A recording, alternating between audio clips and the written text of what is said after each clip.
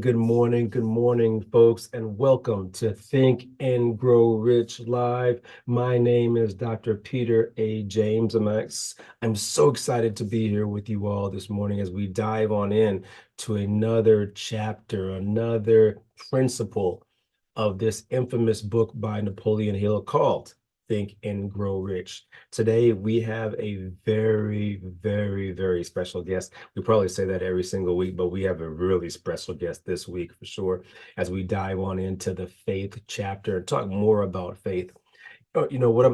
Oftentimes when we think of faith, the first thing that comes to mind is religion, church, how we were brought up from that perspective, where we worship on Sundays for that matter, and who we should be connected to on a regular basis. But if you remember when you were a kid and you went to Sunday school, one of the things that was drilled into us at Sunday school were various Bible verses, right? And these Bible verses, we were taught to memorize them, whether it's Psalm 23 or John 3:16 or some other chapters or verses, we were told to memorize. But why were we asked to memorize those? Why were we instructed to do so? And the reason is, Napoleon Hill talks a lot about it in this book, Think and Grow Rich, especially in the faith chapter. He says repetition or affirmation of orders to your subconscious mind is the only method of voluntary development of the emotion of faith. You see, faith is not just something that we do, it's also an emotion. And so I wonder, as we begin today's conversation, what does faith look like for you on a day in and day out basis? And I know somebody whose faith is phenomenal. I'm going to bring him right in right away. Mr. Galen Bingham, the leadership strategist. Good morning to you, sir. How is your faith doing this morning, my friend? Oh my gosh, my faith is at times the only thing that's keeping me going. It's the only thing that keeps me going from time to time. And I love the way Napoleon Hill describes it in his book. He says that faith is the starting point of all accumulation of riches. Faith is the basis of all miracles and all mysteries which cannot be analyzed by the rules of science. Faith is the only known antidote for failure. Faith is the element, the chemical which when mixed with prayer, gives one direct communication with the infinite intelligence. Faith is the element which transforms ordinary vibration of thought created by the finite mind of man into the spiritual equivalent. Mm. So I don't know about you, but I need that antidote against failure. I need to have access to miracles. I need to tap into the infinite intelligence. And so that's what faith serves for me. And I can't think of a better person to talk about that than our guest today. That and our fearless leader, Miss Ann McNeil. So, Miss Ann, how are you doing? And where does faith fit into the success that you have had since 1979? Galen. Good morning, everybody. Faith, for me, I can just go back to something that Peter said in the very beginning, because my mom was a holiness minister. So do I need to say more about having to memorize? And I could not memorize. I remember having to do a speech when I was 13 and I got up and I totally forgot the speech, literally everything. So my faith has been strengthened through family, culture, if you will. And like Peter said, just having to uh, really understand the essence of the faith. Now, I will say that I didn't get it until I picked up this book. See, my mom taught me the word. She taught me the word. She taught me the faith in the word in that book. But it wasn't until I began to read this book that I began to understand how to put feet to my faith. I then began to understand how to walk by faith. I then began to understand how to have faith in God And in his word, when things got very, very, very hard, dark nights, you know, all of those challenges and struggles. And that is where my faith began to be strengthened with the word and the feet to the faith becoming one. So this is a very powerful, powerful, powerful principle. We have a very powerful guest, and let's get this party started. Let's get it started. Loving that. So without further ado, I'd love to introduce Miss Johnnie Lloyd. She's also known as the Mindset Maven. She is the 2023 Woman Entrepreneur of the Year for Meta R. Bramer. She's a seasoned professional speaker, a visionary leader in transformational development, leadership, and problem solving. She's also a certified master coach and successful serial entrepreneur. She empowers female executives, particularly kingdompreneurs, to reach their full potential. She's got resilience, she's got opportunity, but she's also got faith in her background. Johnnie Lloyd, good morning to you. How are you doing today? Good morning. I think I came on a little early. However, I am so excited and I am doing really well. And I'm just honored to be here to talk about this amazing subject that is transformational and you gain revelation in the middle of it too, because without faith, life is impossible. Ooh, what a start. What a start. So before we kind of go into these 13 principles, I'm going to have Galen take us in there a little bit. Introduce the audience to yourself. Tell us a little bit about your backstory briefly, so that we can get a taste of who Johnnie Lloyd is. Wow. I'm going to do the backstory on faith because that's the crazy part of my life, right? That'd be great. And I want to tell you there's more than one part. But I'm going to say, if I could take my life and look at the O's, as in letter O of my life, I would say that is the driving factor. For an example, it was oh my, when I was homeless, laying on orange shag carpet with my mirror.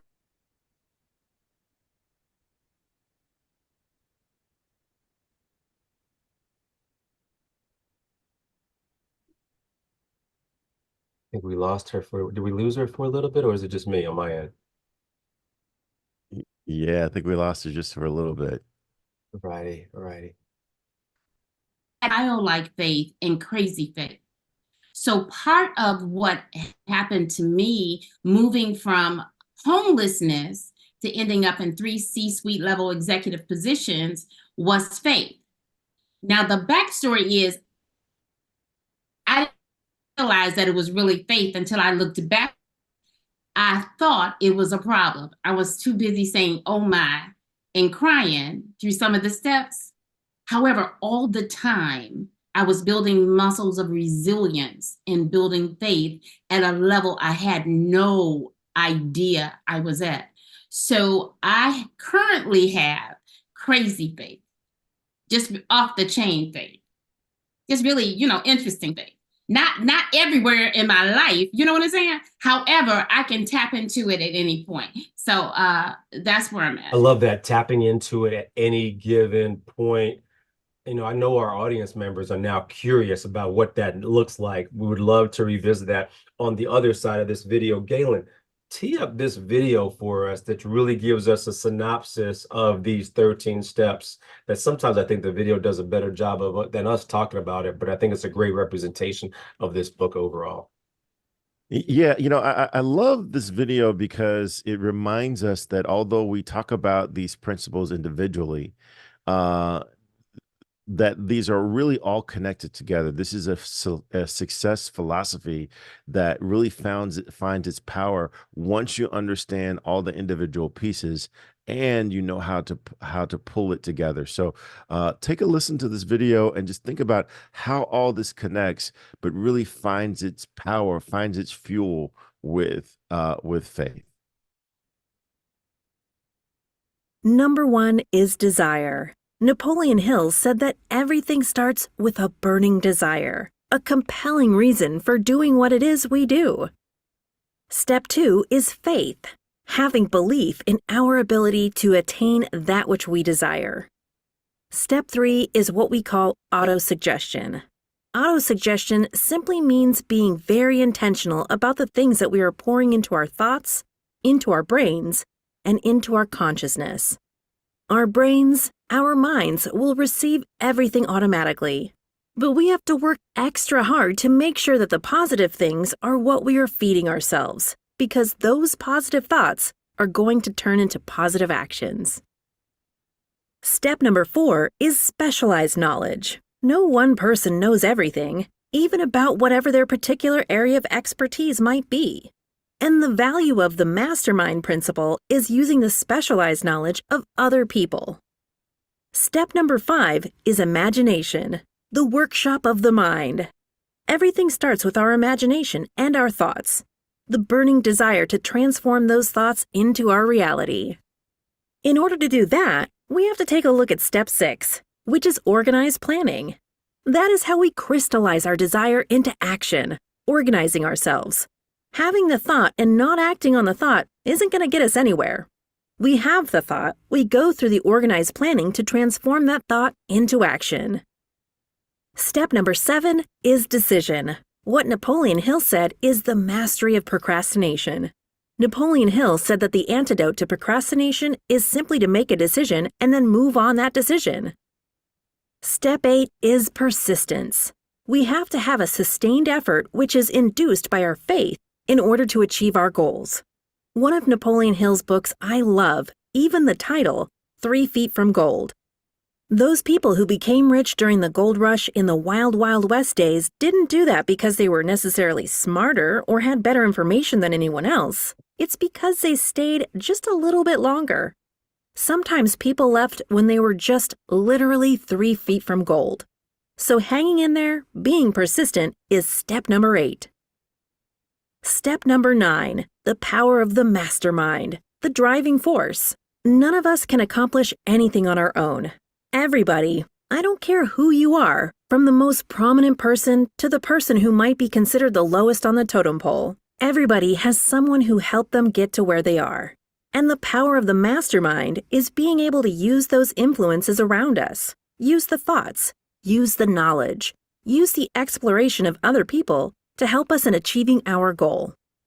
Step number 10, the mystery of sex transmutation. This title can be a little confusing, but essentially what the mystery of sex transmutation means is that we oftentimes in our society think of sex as being purely physical. It is absolutely physical, but what Napoleon Hill teaches us is that sex also has an emotional element, and that sex is the strongest of our desires. That if we can take our sexual energy, transform that into positive, creative influences, it can propel us to new heights. And so we spend quite a bit of time talking about the mystery of step 10, which is sex transmutation.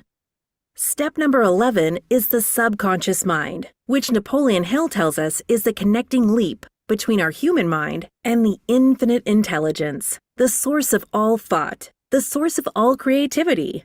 Conscious mind, we spent some time talking about how we use that through the influence of autosuggestion and what we're feeding into our mind. Step number 12, which is the brain, the broadcasting and receiving station of thought. Final step number 13, the sixth sense, the door to the temple of wisdom. This is the final step through which infinite intelligence may and will communicate voluntarily without any effort from or demands by the individual. The principle is the apex of the philosophy. It can be assimilated, understood, and applied only by first mastering the other 12 principles. All righty, Galen, good stuff for sure. Love that video that we do every week.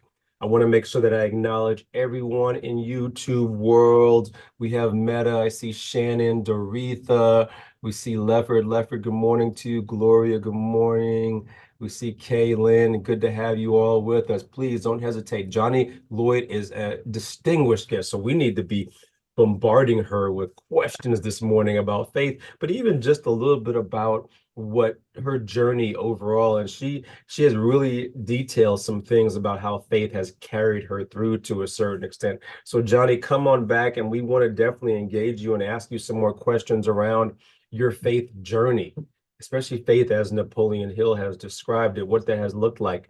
So you talked about some, I'm going to get us kicked off if that's okay. You talked about some challenging circumstances, and I would specifically love to hear about how this faith, in this faith chapter, we have the self-confidence formula. We have so many resources that can help us through. How has that worked for you? And actually, let me steal one from our distinguished leader, Ann McNeil. I'm going to steal her question. When were you first introduced to this book? Wow. That's a great question, Peter, and it's one that I'm really excited to share. And the reason for that is when I was on the floor, on that orange shag carpet, that's when I went back. Notice what I said. I went back to the book. Mm-hmm. My parents were in Amway. So that was one of the books that they used, right? And my parents were trying to positive thinking and all that. And we were like, and I was so intellectual. I was so brilliant to myself, as I put air quotes around that. What ended up happening is I ignored things like that I couldn't embrace or I didn't think I needed to embrace. But when you're on somebody else's carpet, you got your degree and your intellect is laying on the floor, you start reaching for something deeper than you. And that's what faith is for me. Faith is the substance of things hoped for. And the question for me, it is faith is, not faith was, not faith will be, not faith one day. It's the nowness of faith. And right there, I needed the nowness of faith. And it took me back to my first thing that I said is, it took me from Oklahoma to Okinawa. First time I ever been overseas, first time anything, right? And like we were talking earlier, I was the first, to go over. And so it took me to Okinawa, Japan. And that is where I tapped into faith at a deeper level and studied the book. And now I study the book. However, I will say this, I'm like Galen and all of y'all, the book started reading me. I said, what in the world? What's this? What's this? I don't remember seeing that before. And even a year ago, if I may, when I went to the first international mastermind, that's when, even through all of that, I thought I knew. But every time you take a step forward in faith, you get a different facet of the knowledge and the growth and the power of faith, right? So when I went to the International Mastermind, I had to do some work, some work to go. And that work shifted me. And during the year, that's how I ended up with the award for women's business in this area. And when they started reading what had been accomplished, I said, oh my gosh, but I was focused on faith. I was focused on the process. I was focused on my desire. So the key with that is this. If I could look at it this way, desire is the foundational principles, like the rock, the bedrock. And then you put faith on top of that, and it goes through all those rocks, and it rejuvenates them and causes them to shine and grow. And that's what my life has been like since I have really applied and walked out faith, not in my strength, because Johnnie is Johnnie. So my strength is in the strength of faith and desire and auto-suggestion and believing even though I can't see it. Yeah, I love that. I love, first of all, how you started off there, Johnnie, especially around that very famous Bible verse, faith is the substance of things for hope for. I actually often focus on the evidence of things not seen and not the substance. I'm glad you even said it just like this. Ann McNeil, I know that it's your substance. Faith is your substance. I thought maybe you saw my hand raised, but maybe just you had faith that I saw your hand raised. Is that what it is? Yes, I did have the faith. I could not resist Johnnie's comment about the rocks, because I think that faith also you know, when those rocks that Johnny's talking about, I think that your faith, I think your faith is also tested when those rocks start rubbing against each other. And those rocks start causing friction in the things you thought you believed in, such as yourself or your job or, you know, your relationships with friends and family and just different beliefs. And what I'm learning is that the more my faith is tested, it continues to come through like pure shining gold. And so my question for you, Johnnie, is share with us, would you please, an example of your faith being tested and tried like the rocks, rubbing together with friction and problems and struggles and challenges, and how you were able to exercise that faith to come through that situation. Wow. I'm going to use this as the same example, but a little bit deeper. You know how we sometimes surface level stuff and it looks really easy?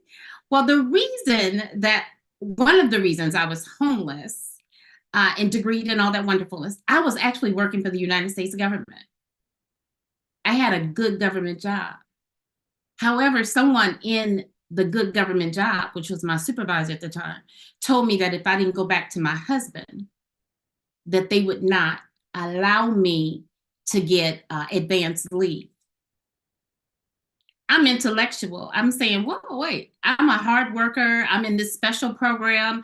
You know, it was Johnnie, you know, woo, Superman, Superwoman, whatever, right? I said, how does he get, and I was like floored. Now let's talk about the other thing. The other thing is the reason that I needed advanced leave is because I almost died. So all the ghosts of fear, we talk about faith, right? All the ghosts of fear was literally attacking me at one time. I have a baby, brand new. They said I couldn't have any children, right? So we got a miracle and we have fear. Fear that I'm not going to make it. Loss of love. Loss of money, which is connected to poverty, right? Then we have loss of life, right? I mean, loss of life and all of that, but it was bigger than that. So what I had to do was not look inside me, my brain, because my brain was holding me up. So I had to let my daughter go live with my parents because I couldn't lift her. I was so sick, I couldn't lift her. So what it taught me is that how painful it was to her father that he couldn't be in her life. So I never, listen to me, ladies, I never cut him off from her life. So, because I know what pain was, I knew what it was.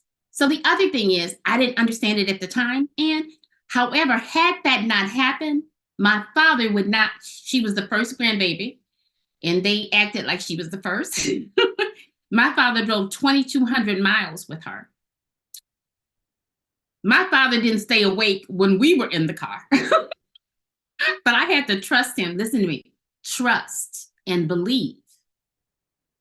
My faith had to grow that they would make it home safely and that they would take care of my baby while I went through this process. So sometimes, for me at least, the rubbing of the rock was on me being in my intellect and me being able to do all these things versus allowing faith to I'm gonna put like oil coming in and making the roughness of the rocks a little bit smoother. Did it stop me from having to go through anything? That'd be a no. However, I knew I wasn't alone.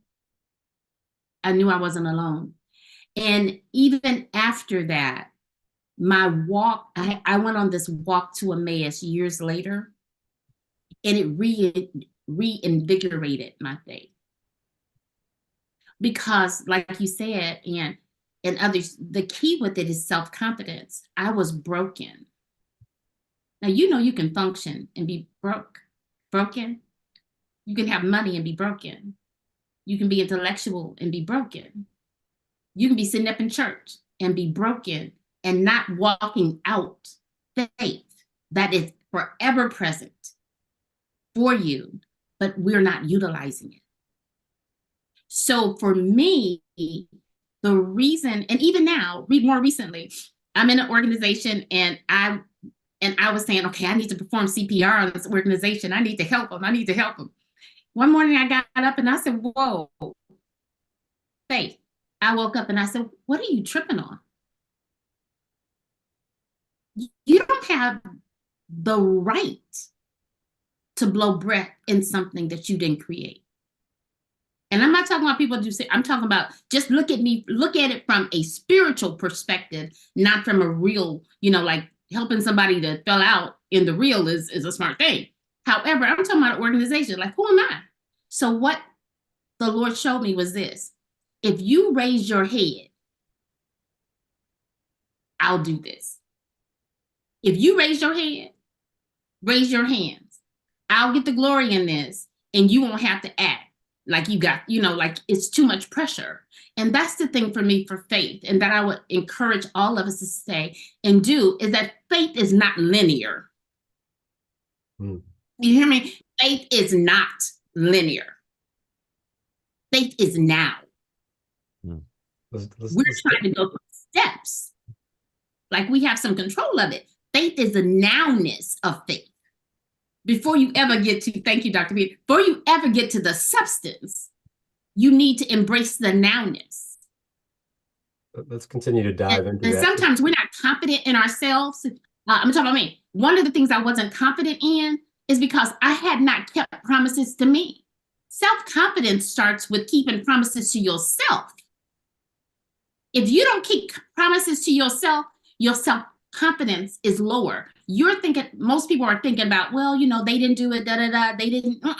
Start with you. Same thing with faith. Start with us. Let's dive on in there. John. We're getting a lot of good feedback. You got to leave some room for some feedback and some questions there, Johnny Lloyd. Yeah, okay, I'm ready. I got Laverne that says, wow, that sounds like a desire fueled by faith there, Johnny. Getting a lot of hearts and amens in the chats there. But I know that Galen has really some perspectives or questions as it relates to this faith combined, that this faith oiling the desire. So Galen, what do you got there? Yeah, I really want to build off of what I'm hearing you say, because it's reminding me of another book that I enjoyed by Lisa Feldman Barrett. And she talks about how a lot of times people think that emotion drives behavior. And what she's found in her research is that it's just the opposite. Behavior drives emotion.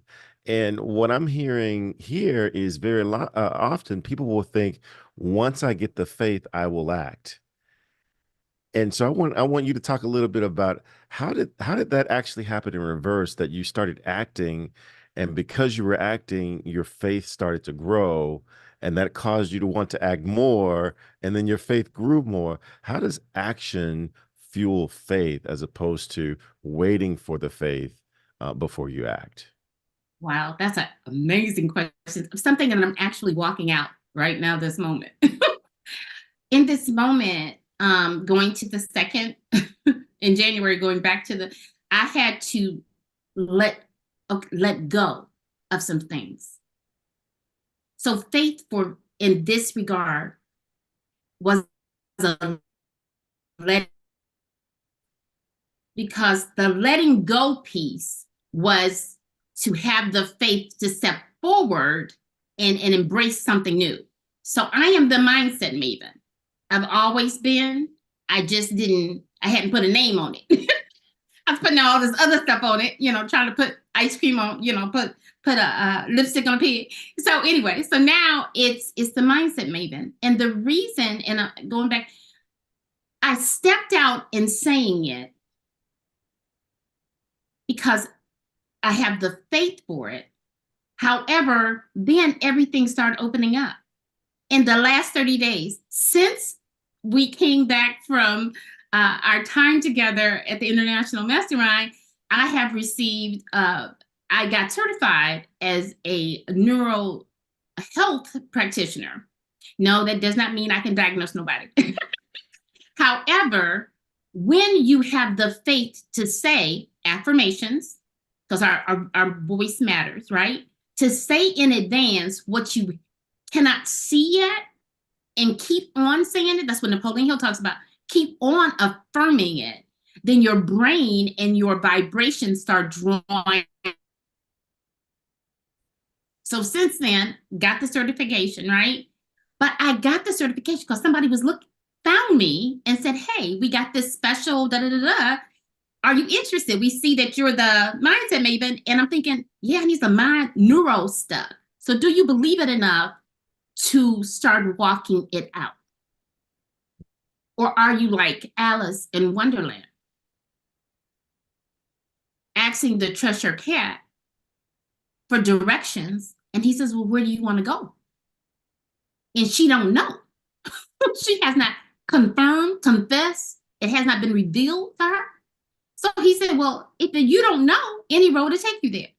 That's the faith piece. That's the desire piece. That's the part that we have to get connected to. And the one thing I'll say about this is sometimes we believe it, but we need help with our disbelief. Does that make sense? We believe it, but we need help with our disbelief. I love it. I love it. I'm going to turn this back over to you, Dr. Peter, but this conversation is reminding me of, I think it was General Patton that said, courage is fear holding on a moment longer. It's fear holding on.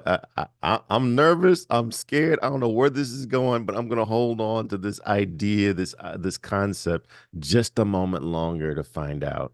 And that sounds like it could be a definition of faith as well. But in the book, of course, we read the part of the book where the individual is looking for those diamonds, digging. It almost forces me to ask, when is too long too long? Is there ever a cutoff? I'm going to bring Ann McNeil into this conversation to ask that question, or even to see if there's a dialogue around, is there too long? When is it time for us to shut it down? Maybe when we spent too much money, for that matter. Remember when we're broke? When is too, and this may benefit someone who's listening to us, and when is too much too much? Well, when is too long too long? You must be in the book that I am writing since 2006, called You Must Have a Dream to Have a Dream Come True. And my commitment is to write a page a day for Dr. Mill Merritt. I don't always do it, but yesterday I wrote one page. And the one page that I wrote talked about exactly this subject. I started listing out all of the projects. This is a business page. I started listing out all of the projects that by faith I never gave up on. And these were 4, to go to your question. I have one where I wanted to have an opportunity to have a concession in the airport. It has been 22 years. The opportunity just came last year. Wow. I have one that I pursued our school board for an opportunity to be a part of their program management team. And 35 years later, I just won that pursuit last year. Wow. I have one at Miami International Airport that I pursued to be on the program for 32 years. And 5 years ago, we were on it, and then we just won the recompete. In my hometown, and my business partners on the other side of this Zoom, Miss Blackwood, we just won that after 40 years of my 45 years being in business. Now, what was your question? No, I don't even remember what my question was there, Ann McNeil. Anyway, I'm not done. I'm not done. I'm not done. Right. I'm not done. As a member of the National Speakers Association, NSA, I participated in one of my first Black NSA programs 20 years ago. And in that program, already being a Think and Grow Rich Mastermind, I remember sitting in the audience saying to myself, wow, just imagine what this organization would look like if we instituted the International Mastermind Association principles inside Black NSA. And here we are now, 15 years later, having that Black NSA $1 Million Mastermind going stronger for 10 years. This is feet to your faith. And this is why for all of us, no matter what it is you're desiring, it is desiring you if you don't give up the faith. But you must be willing to do the inner work to work on your faith, like lifting a muscle, lifting weights every single day. It's a faith walk, not just a faith talk. Thank you. Wow. Okay. All right. All right. Yeah, Hey, mic drop there, Galen. yeah, I want to share a perspective, and then I want to get Johnny's thoughts on this as well, because one of the things that became clear to me as I was listening to Ann is that part of this is having confidence and faith in the what and not being attached to the how. It's like there's this vision of this thing that I believe is supposed to happen. I don't necessarily have to have it happen this particular way. I've got an idea of how it could happen. I've got some thoughts. I know how I would like to see it happen, but I'm going to totally surrender the how. I'm going to surrender the strategy, and I'm going to stay committed to this thing that I believe that has been placed in front of me. That's kind of how I'm processing this. Johnny, how does that fit with you, and what's your thoughts behind this? You must be in my head. What is it? It's faith in and faith for. It's not faith how. Right? So the key with most, I love the way you presented that, because the how is where we get stuck. We get stuck in the process and not make progress. So the how is the thing that we don't get a chance to control. And when we control it, it doesn't always become what it can be. So, and just as an example, is my nonprofit got a grant, and I'm, singing and praising and all that good stuff. And we were trying to execute it. We did all of this work and we were executing it, going the extra mile, all that wonderfulness. Nobody signed up to any of the sessions. I did it for months. I came back from Africa. Nobody was signed up, right? And so then I questioned, going back to Dr. Peter's question, he said, when do you give up? I said, I know you told me to do this. I went back to the source. I know you told me to do this. Show me where. Show me how. I promise to follow. So I followed. And now that program is looked at by the YMCA. They want to include it in their, Boys and Girls Club wants to include it in their programs. And I'm working with social services in Virginia, down at Hampton, and I'm literally teaching this program to children who are aging out. Going back to the question, I was so caught up initially in the how, because I had to give them structure for the grant and all of that, right?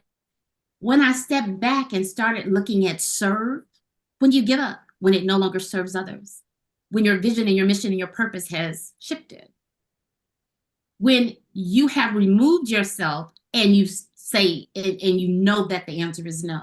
It's not based on money. It's not based on any of that. Because if I could do it in my own strength, I would have done it already. So when I have given up, I just need to know that somebody else is waiting for me to give up, so somebody can walk in and do what I've laid ground for. Don't be mad, right? Have you ever had $1 million thought and then you didn't do anything with it?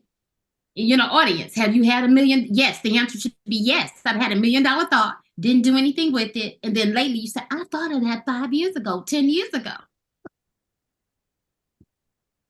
Life is not going to stop because we don't do the work, that we don't walk out the faith.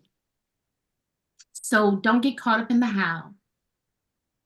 That can be a distraction. I recommend we really stay caught up in the vision, the purpose, and then release how it happens, as long as it aligns to our goals and our aspirations. That, I mean, you can't, when it comes to integrity and character, no, nobody's ever asking you to do anything that's outside of that. So if it's outside of that, you know that that's not in alignment. So you know when it says no, but don't get caught in the process. Get caught up in the purpose. I love that. I love that. And Dr. Peter, I'm going to turn this back over to you, but I'm going to talk specifically to the folks watching this on social media. This is what you tune in for. This is the advice that we promise. And Johnnie Lloyd is delivering. We got 18 people. We got 20 people watching on YouTube. I need 20 thumbs up. So if you're watching on YouTube, hit that thumbs up button underneath the video. We need to have 20 thumbs up because we got 20 people watching. And if this isn't a blessing to you, then you probably need to stop watching, because I don't know what else to tell you. It's quite interesting. It has me reflecting a little bit on my own faith, my own focus on the what, or even focusing too much on the how. And we were talking about this a little bit before we got on the show today, how we sometimes focus so much on the how that, and this is going back to something Anna had mentioned, and even Johnnie mentioned, we become paralyzed. Because now we're also focusing on, because the how is not where we see it, or we can't see it, we not going, we're not doing, we are paralyzed, and maybe a little bit of paralyzed for perfection. Paralyzed because we're not seeing the dots connecting. Johnnie, I would love for you to talk about that a little bit on maybe when you have been paralyzed because you weren't able to see the perfection, or weren't able to see the how, but then how you really dissect it now, especially for our audience as they're listening. Wow. First of all, the answer is yes and yes. Yes and yes. Been paralyzed, sometimes still am paralyzed. Right. However, this is what I'll tell you for the audience. When you look at the book, and one of the key principles in Napoleon Hill is self-awareness.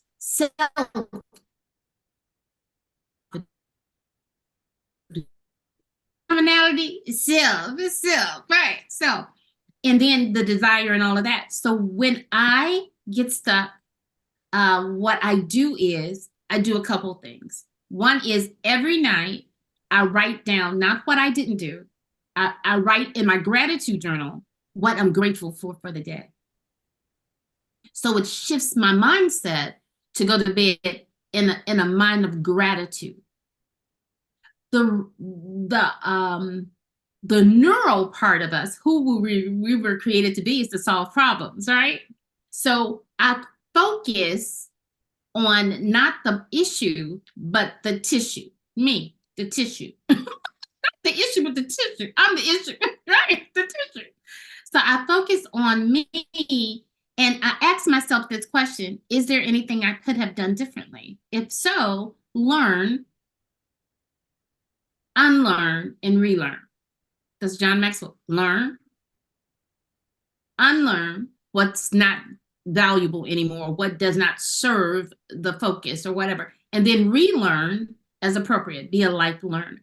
So that's why the book is so important in the philosophy. There's a philosophy in alignment with my faith. So go back to my source. And so I write affirmations, Dr. Peter. I affirm and repeat. And when I find out that I'm stuck, and I do get stuck, that because I'm the person I can't run away from. I'm with me all the time. So I shift the thought. So instead of saying should, I try not to say the word should, because I don't want to be shitting on myself. Okay. Y'all hear that later. Then the other thing is, I said, this is what I could have done today. Now, how can I move from where I am? The Shamgar principle, right? Start where I am, use what I have, and do what I can. Believe in faith that what I have done, the steps that I've made, will allow me to move forward. And I sow my energy, I sow time, I sow money. I sow with the expectation that there's a harvest. So I'm not surprised. If I sow corn, I'm not looking for ducks coming up, right? If I sow corn, I'm looking for corn to come up. So I know what I sowed and I name it. I don't name it and claim it. I name it and I do the work. It's applied faith. I'm loving that there, Johnnie. You are talking some good stuff, some great application. You were also you graced us with your presence these last couple of years at the annual meeting, and I want to get your take on it for someone who is listening, who hears us talk about it, but doesn't really know what it is or why it's so important. What has this annual meeting done for you or been able to provide you with? You touched on it a little bit. I'd love for you to go a little bit deeper. Okay, so I'm gonna challenge anybody that's listening to, first of all, sign up today. Sign up now. Your life is waiting for you to make this move. So the other thing is, I'll share with you is that we're talking about, I was producing a lot. I mean, I've been a trainer and executive, all of that wonderfulness, right? However, my issue has been focus. When you strategically focus, and this is what happens here, you get a chance to have accountability, which is powerful. You get a chance to meet like-minded people and hear and enjoy one another. You get a chance to step away. But more than anything, and I got my book next to me, I can pull it up. You see that? It says, believe in your dreams. This is where my book is. It says, believe in your dreams. And what I did was, I did a Galen. I love it. I said, so my report is serious. Nice. I did my report and put work in it. And what it did for me is now I don't wait for the letter to come in.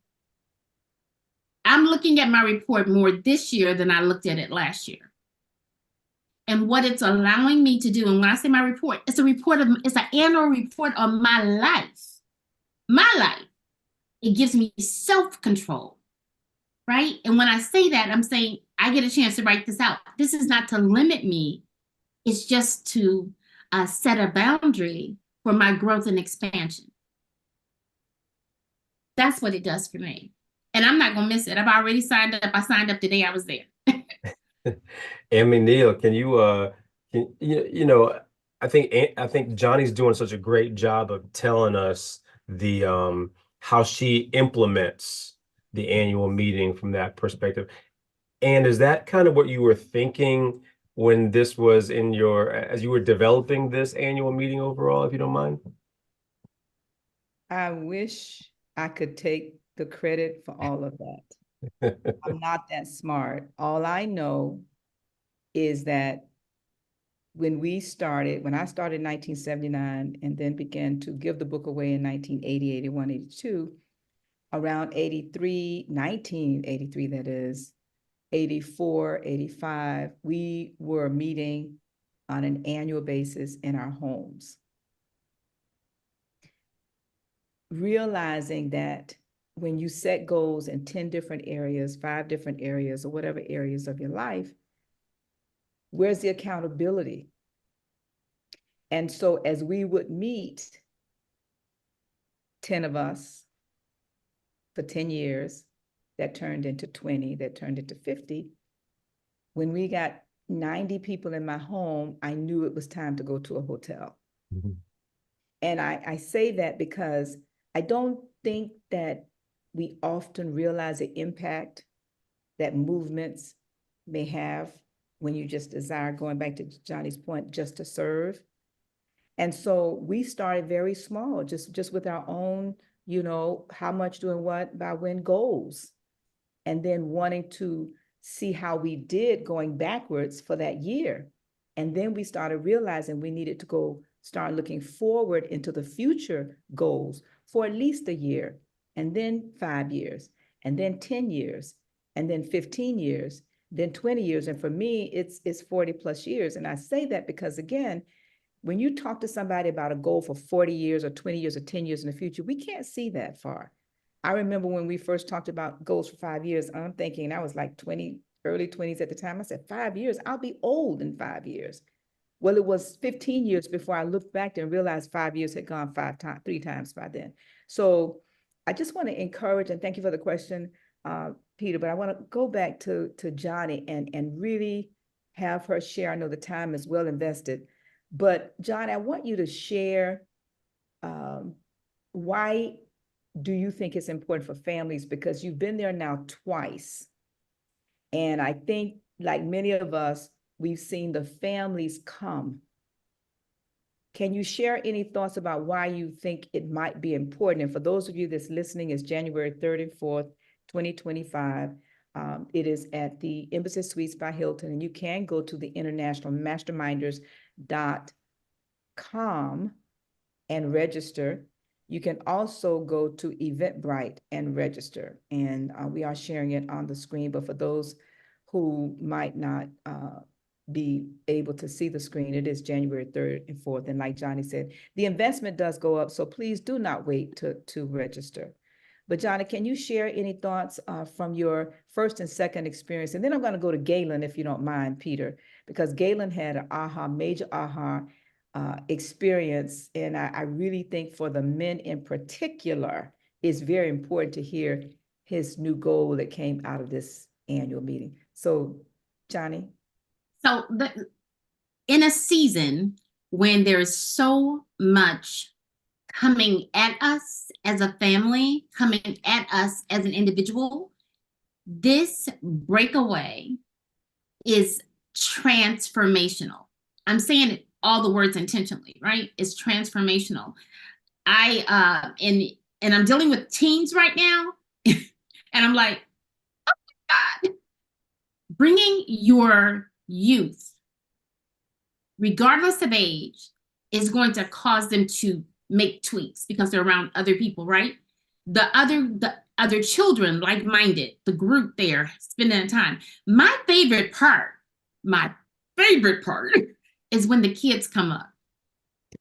They each speak and talk about their vision, their favorite color, all of that. The power in that is so that they get a chance to make decisions and to start creating an atmosphere for themselves. That is the key. The key is to empower them because they're going into, and we want them to be in the world, but not of the world. We want them to make better decisions. This is what will feed them. And then staying connected to the things that they do on Sunday, they still have the Mastermind for Youth as well. However, I'll say, just as a final, is that when you're looking for your vision as a family and you create something like this as a family, the trajectory that you have as a family will literally blow your mind. I'm going to say it again. When you do it as a family and you establish the family plan, the annual plan for the family, not just as an individual, as a family, do you understand women and men and everybody? Everybody has a buy-in. You know what you're doing for the year. It's priceless. That's what I would say. All right, Galen. Yeah, one of the things that I've really gotten from this annual meeting process is how important it is to look at your life through all 10 areas of your life. And one of the things that I have been doing for years is really being proud of my accomplishments in work and business, career, even some recreational things. But this year I decided to really step into the spiritual element, and I challenged myself to do something that I'd done 14 years ago, and that is to take on the 90-day Bible challenge, to read the Bible from cover to cover in 90 days. And Johnny, you were talking earlier about self-awareness. My level of self-awareness suggested that I need to have a cohort. I need to have some people around me that would cause me to be responsible for holding space.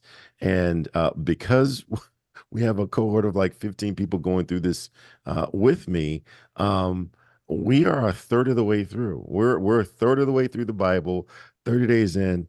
And I was telling Ann, without that process, without that commitment, without the cohort, last week would have been my last week, right? Because I'd have found every reason. I mean, the Super Bowl was on. That was a great reason not to read. But because I've got this cohort of people that I'm responsible for holding space, I'm a little behind. I'm 2 days behind, but I'm still reading. And I think that that's the power of being around like-minded people who can see your objectives, can see your goals, and speak into those goals and hold you accountable. So if you're not planning to attend this annual meeting, I'm going to suggest that you're probably not planning on living your life on purpose. You're probably planning on letting life come as it might, and it might work out for you. It might not. This is the way you live life on purpose. I've already paid my money. I'm already subscribed. Only thing I haven't done is bought my airline ticket. So back to you, Loving it, Peter. loving it. Like the ultimatum has been put out there for us all to really identify, hey, do we need this? And the answer is quite frankly, yes. Listen, folks, please fasten your seatbelts. The captain has told me that we will be landing this plane in just a few more minutes. So I would love to go around the room and get everyone's ahas, some things that rose to the surface for you, what you can take away, especially from this faith chapter or this conversation, this fabulous conversation with Johnnie. Let's start with you, Ann McNeil. I am on the tweet or the twerk. You stuck there. That's where you stuck. And Johnny, you have just been phenomenal. So many takeaways, so many takeaways. But the last one, when you said tweak, of course, I heard if you do this and you tweak with your children, if you don't do this, they will be twerking. So I just want to encourage everybody, listen to Johnny. She has a wealth of knowledge, but you also have to listen with the heart to hear what she's saying, but also feel what she's feeling. So always such a joy. And also I want to publicly say thank you so very much for always being in the studio. And I think you now know how it feels to be on both sides. And for those of you that are in the studio listening and you're on, YouTube with us every Saturday listening, if you'd like to be a part of the podcast like Johnny's doing, just let us know. You can reach out to us on any other social media outlets. And also, if you are not subscribed to the YouTube channel, please click that bell, subscribe, so you will get the notification. And again, this is Ann McNeil, the Master Wealth Builder, helping to build stronger and better lives and businesses as I elevate women in construction. And I promise that I will always share.